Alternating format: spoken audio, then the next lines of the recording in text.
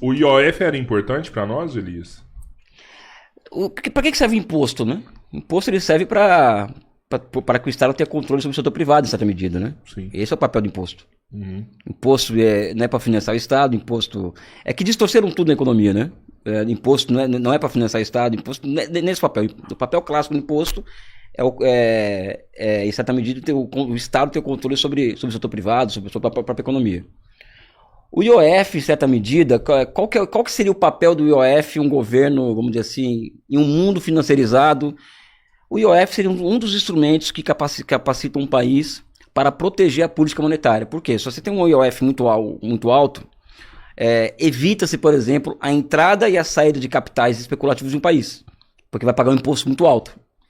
Então, ao você não permitir esse fluxo intenso de entrada e saída de capitais, você acaba protegendo a sua política monetária das oscilações do mercado externo.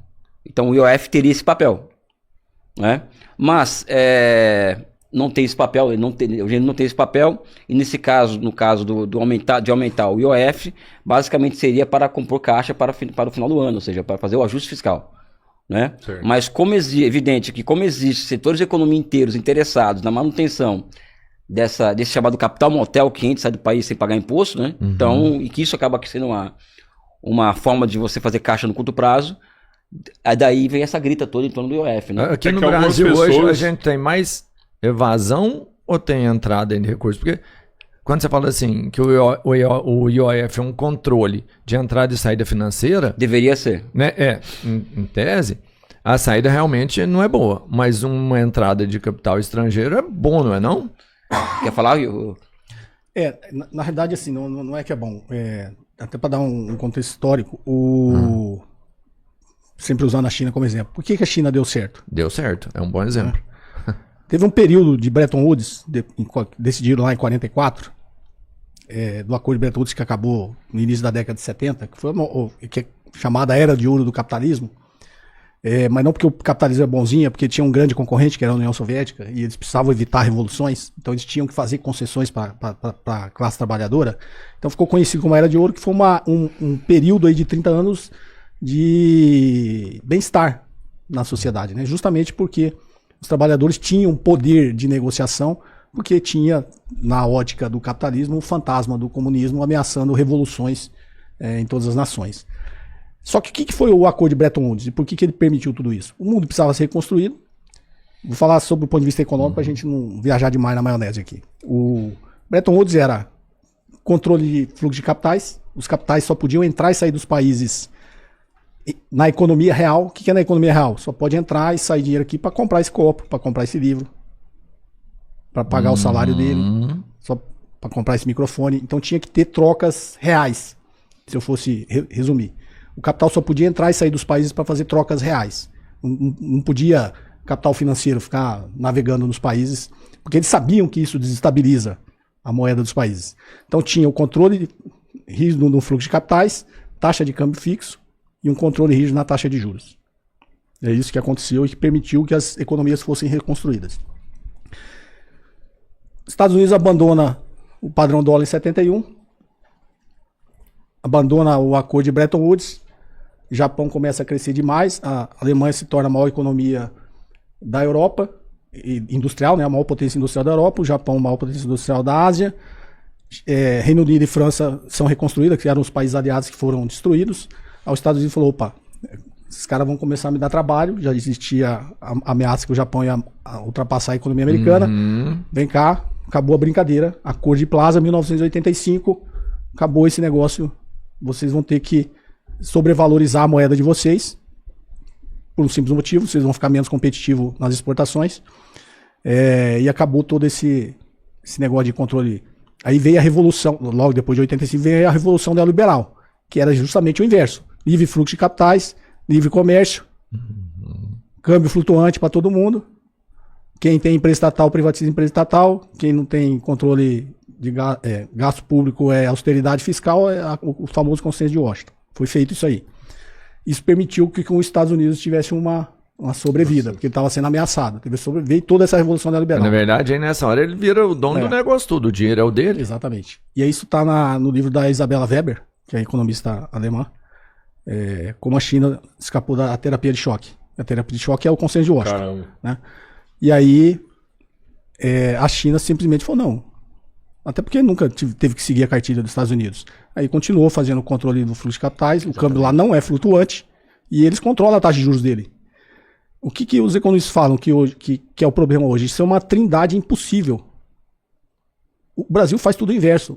A gente tem livre fluxo de capitais, nosso câmbio é flutuante e nossa taxa de juros, que o Elias falou bem, lembrou bem, a gente não tem controle da nossa política monetária, porque a gente está sujeito, como a gente tem livre fluxo de capitais e câmbio flutuante, a gente está sujeito, a taxa de juros atua sobre a demanda.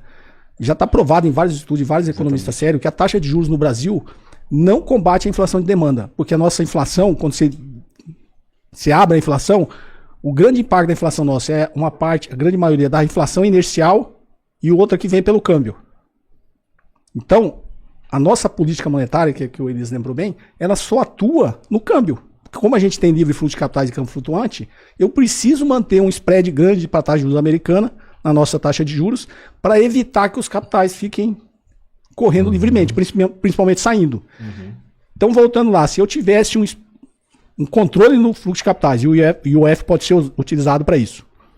É como se fosse, eu vou dar o exemplo da consumação, né? Você abre o boteco aqui e não cobra consumação, tem que ficar entrando e saindo aqui, aproveitando a sua estrutura e vai embora. Sim. Você não ganha nada. Você põe a consumação lá, o cara tem que gastar o mínimo. Então o IOF teria mais ou menos isso aqui, ó. Você vai colocar ali um custo de oportunidade. Para eu entrar no Brasil, tem que pagar IOF, tem um custo de oportunidade. Só vale a pena se eu ficar ali pelo menos 2, 3 anos, né, para eu pagar esse imposto. Como não tem, eu entro hoje e saio amanhã. Entendeu? E aí o câmbio fica flutuante, o fluxo de capitais faz com que a nossa taxa de câmbio fique oscilando muito. Quando a taxa de câmbio sobe muito, afeta a nossa inflação, que os commodities é tudo dolarizada. E aí o que tem que fazer? Política monetária, levar a taxa de juros lá em cima. E aí vem com esse negócio de problema, o Brasil tem problema fiscal, não? O Brasil, se a gente tivesse problema fiscal, a gente pagava $1 trilhão em juros nos últimos 12 meses. Algumas $1 trilhão pessoas... não, $1 trilhão. A gente não estaria pagando isso. Então aí fica nessa discussão minha, precisa fazer um ajuste fiscal aqui porque precisa economizar 50 bilhões. Porra, e $1 trilhão que está sendo pago lá do outro lado? Algumas pessoas no chat pediram para explicar esse conceito de IOF, né? Porque tem pessoas que acreditam, IOF vai impactar na pessoa física, na pessoa jurídica. Para alguns, o IOF parece até semelhante ao imposto de consumo, né? Porque é um imposto sobre operações financeiras. Talvez eu vou comprar ali uma parada na Amazon que custa R$200, eu vou ter que pagar um IOF de R$4, e aí isso impacta mais no pobre do que no rico. Pode falar um pouco mais sobre como funciona o IOF? Rapidamente, assim, só para desmontar o espantalho. Uma coisa é você pagar R$4 de IOF numa compra na Amazon. E outra coisa é você pagar R$400 mil de IOF na operação de bilhões de dólares. Ou seja, eu acho que temos que colocar escala nas coisas, né? Eu acho que a gente está num momento político em que o papel nosso é desmontar espantalhos o tempo inteiro, porque eles são o outro lado, né? Eles têm doutores e mestres para criar espantalho o dia inteiro, né? Para assustar a população, para criar crise, um clima de pânico e de terror. Então é evidente, você vai deixar de pagar R$3 do IOF para pagar R$3,50, não é? Mas o alvo não é esse. O alvo é aquele cara que faz uma operação de milhões de dólares de entrada e saída de capitais do Brasil, ou uma operação dentro do país mesmo, sabe?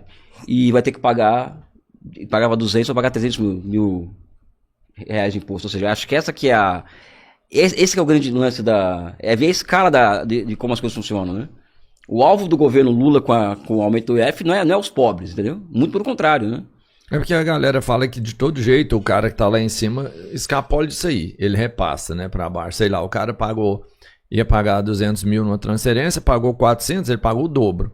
A hora que ele tem algum serviço ou produto para oferecer, ele embute isso aí e joga lá para baixo de novo, entendeu? Essa é a dinâmica que eles estão vendendo aí. Sempre quem tá lá na base é quem vai acabar. Que vai chegar lá mas embaixo, como Elias fala, isso é terror, né? Você acha que o cara que sai com esse argumento, ele tá realmente preocupado num R$1 a mais que o povo vai pagar na Amazon? Ele não tá preocupado com isso, ele tá preocupado com os 400 mil que ele vai ter que pagar. Ele vai ter que pagar 100 mil a mais. Como que eu faço para repassar isso aí? E esse espantalho de vai repassar pro preço também é um espantalho.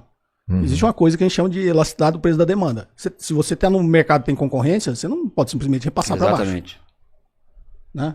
Se você aumentar R$1, a gente faz isso, cálculo em microeconomia, que é quantidade vezes o preço, eu tenho a receita. E aí eu jogo lá na minha DRE e faço todo o cálculo para saber se o negócio para mim é bom ou não. Você acha que se eu vender esse copo aqui por R$10, eu não gostaria de vender por 11? Claro. Eu vou aumentar 10% no preço. Né? Por que eu não vendo por 11?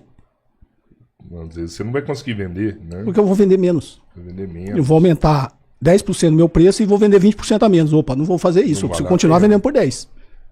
Então esse discurso desses caras é terror, é espantalho. Ele fala isso porque quem não entende nada fala, é verdade, o cara vai repassar preço, quem vai se ferrar você, eu que vou ter que comprar o copo por 10% mais caro. Não é assim que funciona na vida real. Na economia, no mundo real, não é assim que funciona. Entendeu? Então a elite dominante, a elite econômica, ele cria, como o Elias falou, eles são profissionais em criar esses espantalhos para jogar a classe mais baixa, a classe mais pobre contra o governo. Ele não está preocupado com o real que o cara vai pagar mais na Amazon. Ele nem fez essa conta, ele nem sabe se vai acontecer isso aí. Aí ele joga esse espantalho, depois ele joga o espantalho. Não, mas se eu pagar, eu vou repassar pro preço. Não, não é assim. Por que você não repassa agora pro preço? Sem ter. Repassa, você vai virar lucro.